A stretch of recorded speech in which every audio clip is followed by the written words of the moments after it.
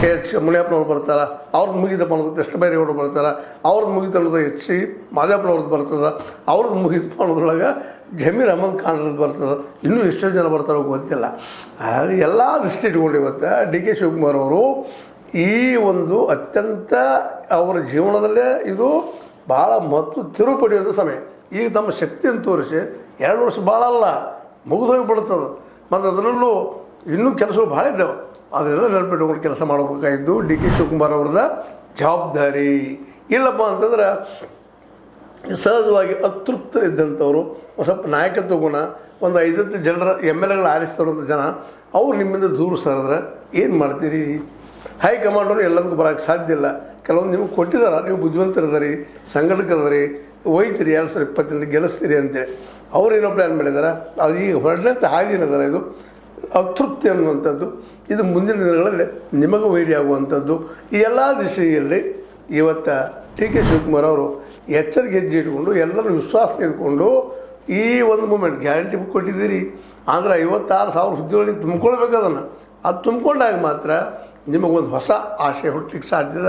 ಜನನ ಹೋದ ನಮಗೆ ಕೊಟ್ಟರು ಹೇಳಿದಾಗ ನಡ್ಕೊಂಡ್ರು ಅಂದಂಗೆ ಆಗ್ತದೆ. ಇನ್ನೂ ಆ್ಯಕ್ಚುಲಿ 2.8 ಲಕ್ಷ 2,80,000 ಇವ ಪೋಸ್ಟ್ ಅದಾವೆ, ಹುದ್ದೆಗಳಿದಾವೆ, ಅವೆಲ್ಲ ತುಂಬಿಕೊಳ್ರಿ. ಅದನ್ನು ತುಂಬಿಕೊಂಡ್ರಂತೆ ನಿಶ್ಚಿತವಾಗಿಯೂ ನೆಕ್ಸ್ಟ್ ಎಲೆಕ್ಷನ್ದಲ್ಲೇ ನೀವು ಗೆಲ್ತೀರಿ ಅನ್ನೋದು ಒಂದು ವಾತಾವರಣ ನಿರ್ಮಾಣ ಆಗ್ತದೆ. ಉದ್ಯೋಗ ಸೃಷ್ಟಿ ಮಾಡೋದು ಜೊತೆಗೆ ಈ ಹೊಂದಾಣಿಕೆ ಅಥವಾ ಅವ್ರನ್ನೆಲ್ಲ ವಿಶ್ವಾಸ ತೆಗೆದುಕೊಂತ ಹೊಂದಾಣಿಕೆ ಅಂದರೆ ಅಡ್ಜಸ್ಟ್ಮೆಂಟ್ ಅಂತ ಹೇಳೋದಿಲ್ಲ ಇಲ್ಲ.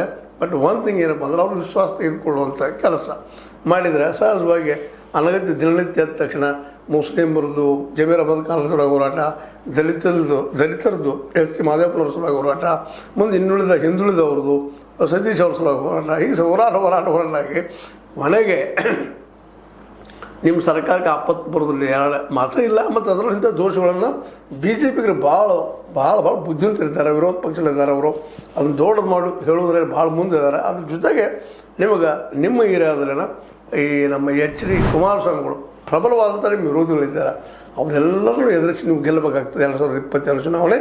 ಆ ದೃಷ್ಟಿ ಇಟ್ಟುಕೊಂಡು ಇವತ್ತು ಸಿದ್ದರಾಮಯ್ಯ ಬೆಂಬಲಿಗರನ್ನು ಆದಷ್ಟು ವಿಶ್ವಾಸ ತೆಗೆದುಕೊಂಡು ನಾವು ನಿಮ್ಮ ಜೊತೆ ಸಿದ್ದರಾಮಯ್ಯನಷ್ಟ ಪ್ರೀತಿ ವಿಶ್ವಾಸದಿಂದ ಇರ್ತೀವಪ್ಪ, ನೀವು ಮಾಡಿರಿ ಕೆಲಸ ಎಲ್ಲರೂ ಕೂಡಿ 2022ರಲ್ಲಿ ಗೆಲ್ಲುವ ಕೆಲಸ ಮಾಡೋಣ ಅಂದ್ರೆ ಹಂಗೆ. ಇಲ್ಲಪ್ಪ ಅಂದ್ರೆ ಅದು ನಡೆದದ. ಇದೇ ಒಬ್ಬರು ಸಮಾಧಾನ ಮಾಡಿದ್ರಾಗ ಮತ್ತೊಬ್ಬ ನಿಂತಿರ್ತಾರೆ. ಹೀಗಾಗಿ ಈಗೇನೋ ಕೃಷ್ಣ ಬೈರೇಗೌಡರನ್ನ ಸಮಾಧಾನ ಮಾಡಿದಿರಿ, ಅವರು ಬಂದು ಮಾಡೋದು ಮಾತಾಡೋ ಬಾಪ ಅಂತೇಳಿ. ಯಾಕಂತಂದ್ರೆ ಹೈಕಮಾಂಡ್ ಅಂತ ನಿಮ್ಮ ಮೇಲೆ ಒಪ್ಪಿಸಿಬಿಟ್ಟಿದ್ದಾರೆ ಎಲ್ಲ. ಈ ಗೆಲುವಿಗೆ ಈ ಸೋಲಿಗೆ ನೀವೇ ಕಾರಣ ಆಗ್ತೀರಿ ಅನ್ನೋದು ನಿಮಗೆ ನೆನಪಿರಲಿ.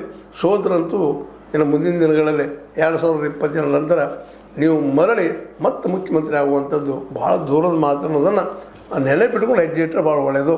ಅದೆಲ್ಲ ಬಿಟ್ಕೊಂಡು ಈಗ ನನಗೆಲ್ಲ ಸ್ವರ್ಗ ಸಿಕ್ಕದಪ್ಪ, ಸೇಮ್ ಅದ್ನಿ ಯಾರ್ದೇನು ಯಾವಕ್ಕಿದೇನು ಅಂತ ನಮ್ಮಲ್ಲಿ ಅಂತಾರೆ. ಹಂಗಾಯ್ತಪ್ಪ ಅಂತಂದ್ರೆ ಸಿದ್ದರಾಮಯ್ಯನವರು ಇನ್ನೂ ರಾಜಕೀಯ ಬಿಟ್ಟು ಹೊರಗೆ ಹೋಗಿಲ್ಲ, ಮತ್ತು ಅವರು ಹೋಗೋದು ಇಲ್ಲ ಸುಲಭವಾಗಿ.